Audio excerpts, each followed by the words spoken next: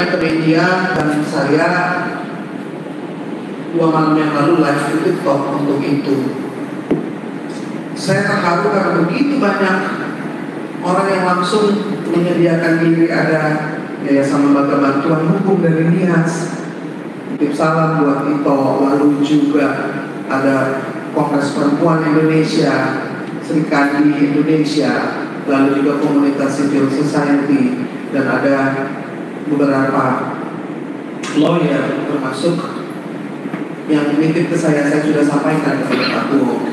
Ada Roni Manggabea, lalu ada dari Universitas Indonesia, Dr. Judri Sitompul bersedia untuk dukungan membela. Saya pikir bukan hanya soal penersangkaan hoax, ya, ditulisnya hoax terhadap Tito Kamarudin. Saya pikir semua sudah tahu ya bahwa bagi saya Kamarudin Simanjuntak itu Tito seperti adik saya.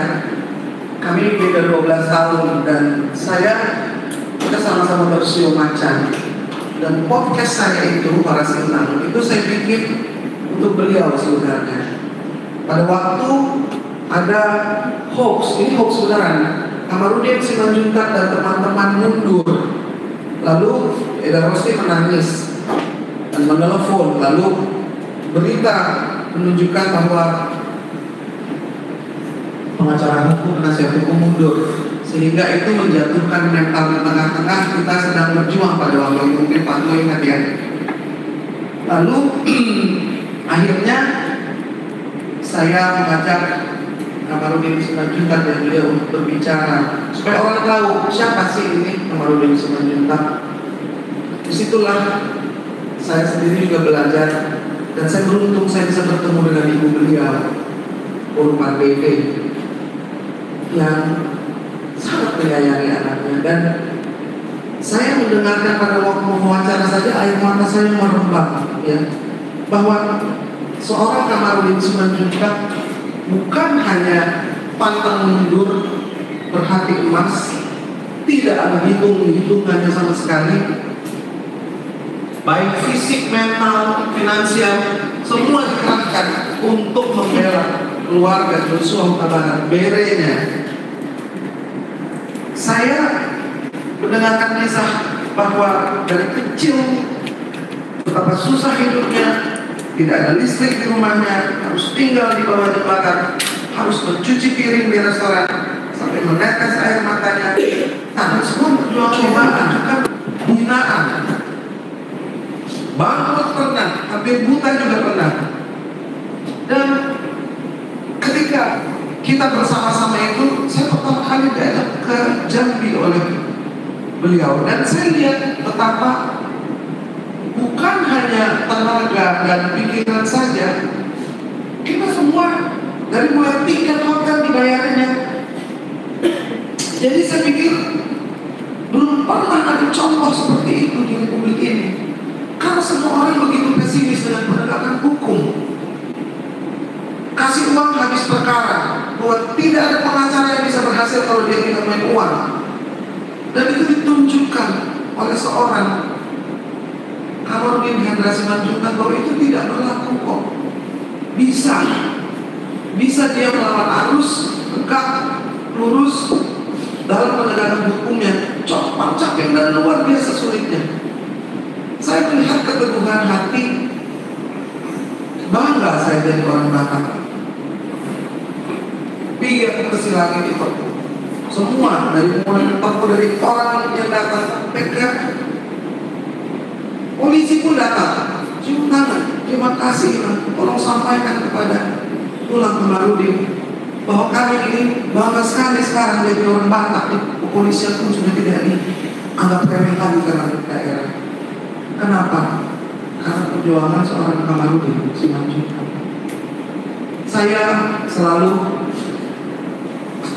tampil untuk melihat dari sisi lain, karena kalau soal hukum nggak ada pengacara yang lebih hebat dari tim yang maju untuk Joshua Huta Barat. Nggak ada di Republik ini, tidak ada. Bukan hanya dalam legal opinion, tapi dalam soal ketahanan, dalam soal konsistensi, dalam soal bagaimana melayani media, melayani orang-orang yang kita tolong. Rumahnya nggak pernah sepi. Sampai jam 5 pagi orang masih nunggu. Akhirnya rumah saya sudah jadi seperti itu. Gara-gara apa? Gara-gara saya mendampingi Kamarudin Simanjuntak dalam perjalanan ini. Nah, di tengah-tengah cerita ini datanglah beliau ke rumah tengah malam membawa seorang perempuan yang bernama Ibu Rina Lau. Harus di podcast ini, harus di podcast. Kenapa? Karena bukan hanya sebagai penasihat hukumnya, tetapi sebagai seorang manusia. Saya lihat Kamarudin Simanjuntak itu memiliki kepekaan hati dan rasa iba yang melampaui rata-rata. Rasa ibanya itu yang membuat dia tidak pernah tidur cukup. Tengah malam berkenalanlah akhirnya kita bicara di podcast, bicara dengan Ibu Rina Lau, Nyonya Kosasih, yang akhirnya menjadi sahabat saya. Orang-orang baik yang dibawa oleh Kamarudin Simanjuntak itu adalah orang-orang yang dibela tanpa bayaran sepeser pun. Dan Ibu Rina ini salah satu di antaranya. Ibu Rina sampai bilang, saya bayarkan dengan nasi bakar, dengan kue-kue saja. Ketika anaknya masuk rumah sakit, tidak ada uang untuk membayar, sementara suaminya adalah direktur Taspen. Ketika anaknya harus sekolah, tidak ada biayanya. Kamarudin Simanjuntak menceritakan itu sebelumnya di sebelah saya. Kami berdua diundang dalam acara mari kita rebut kembali NKRI dan Polri dari tangan mafia. Ingat nggak?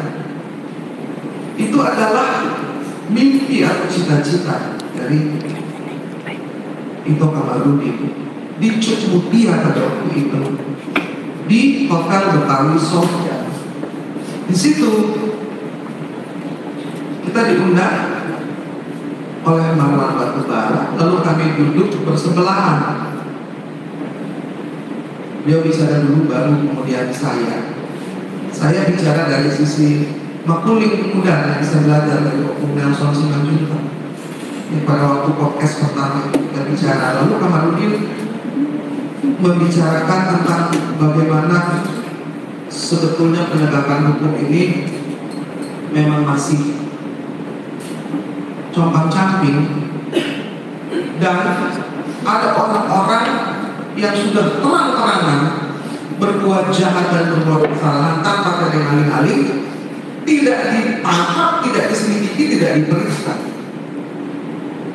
Saya tahu karena iba hatinya melihat ada seorang perempuan, ya, yang namanya Ibu Rina Lau ini bukan hanya disakiti hatinya, tapi dipermalukan di sosial media.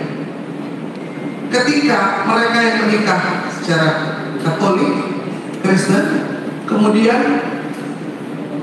suaminya bisa poligami.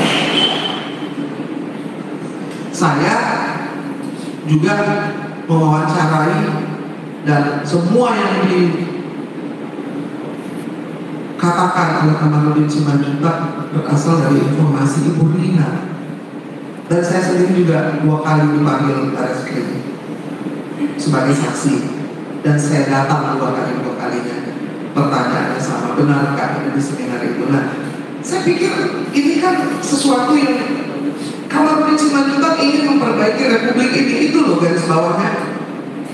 Tidak ada fitnah, hoax atau kata-kata kasar yang keluar dari mulutnya. Hanya pemberitahuan bahwa ini fakta. Saya mendengarnya dari klien saya, istri dari Kosasih.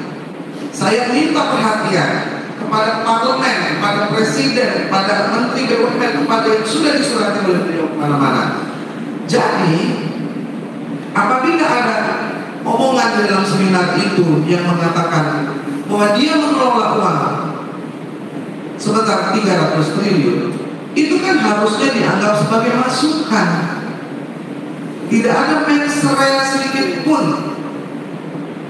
tidak ada keinginan buruk sedikit pun di dalam omongan di seminar itu. Nah, ketika ini menjadi berlarut-larut, saya sendiri juga yang berada di situ saat itu bisa memberikan kesaksian bahwa pembicaraannya bukan soal itu. Itu hanya karena wartawan bertanya.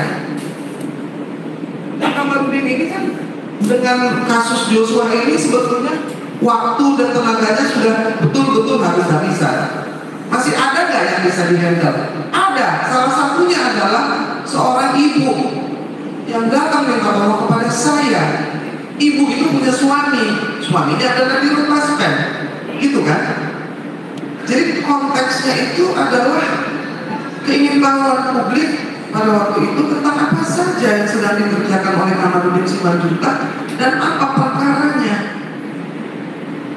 Jadi lepas dari penersangkaan yang sangat menunjukkan hati ini, saya pikir bahwa ini juga saya juga ingin protes.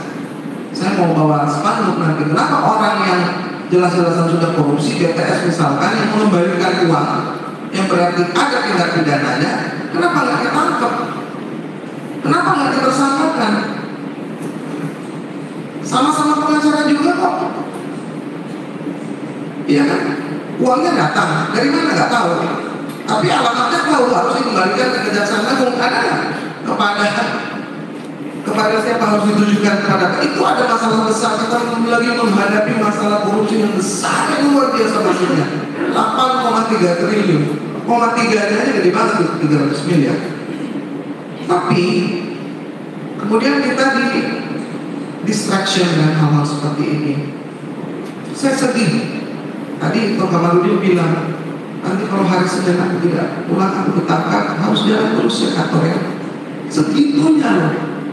Ada manusia yang begitu mulia hatinya, yang kerjanya cuma memikirkan orang lain aja. Siapa namanya? Ya itu Kamarudin. Mau pergi tahan pun bukan mikir aku mesti bagaimana.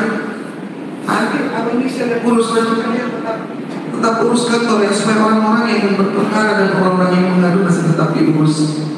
Itu loh orang yang dibilang menyebabkan hoax dan mau jadi tersangka. Saya hanya melihat bahwa hukum, saya bukan ahli hukum, tapi saya pikir bahwa orang yang tidak bersalah bisa ditersangkakan, dan orang yang seharusnya jadi tersangka yang jelas-jelas sudah ada bukti awal dari tindakan pidana dibiarkan begitu saja. Ini akan menguras energi dan tenaga. Ini terjadi di waktu yang bersamaan pada saat kita berkabung di awan gelap di penegakan hukum. Tapi sebagai seorang aktivis dan sebagai seorang pejuang dan sebagai seorang kader, saya hanya ingin menyampaikan kepada Kamarudin dan Eda dan semuanya bahwa saya akan mengawal dan melakukan yang terbaik selama hayat di kandung badan. Saya akan